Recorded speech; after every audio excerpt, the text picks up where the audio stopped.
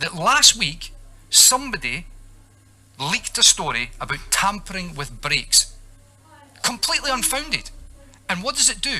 I get messages saying that I'm, complicit in attempted murder, along with other people. Utter garbage.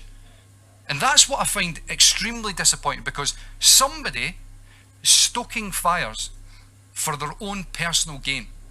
And I tell you, Rangers as a club, they have a guy who's in charge of their media, their PR, Traynor. He's a dangerous character. Right. Here's a guy who's a bully. He's a bully.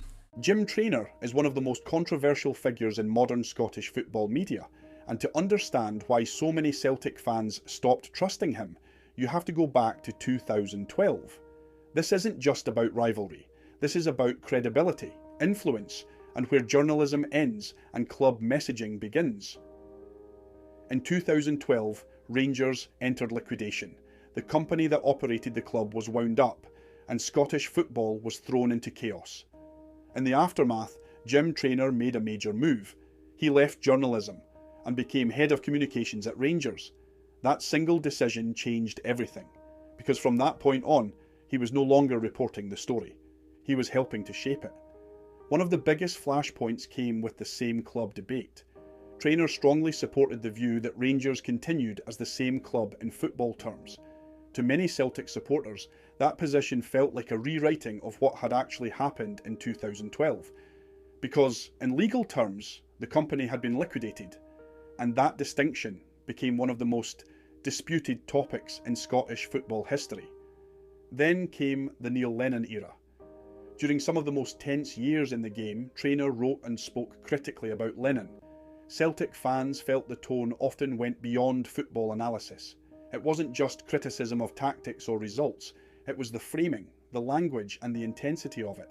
And that mattered even more because this was a period where Neil Lennon was facing serious abuse and threats.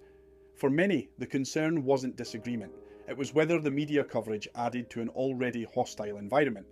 Fast forward again to Alfredo Morelos. Now working inside Rangers' communication structure, Traynor became a strong public defender of Morelos during repeated disciplinary controversies. Morelos had multiple red cards and suspensions. His behaviour on the pitch was heavily debated across Scottish football. Rangers' position was that he was being unfairly targeted by referees.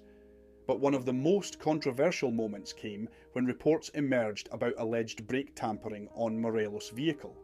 Police Scotland investigated the incident, and no evidence of sabotage or criminal wrongdoing was found. For many observers, the key issue wasn't just the claim itself, it was how quickly such a serious allegation entered public discussion before anything had been proven. To Celtic fans in particular, these events began to form a pattern. Strong criticism of Celtic figures like Neil Lennon, strong defence of Rangers players like Alfredo Morelos, and consistent alignment with Rangers messaging during major controversies.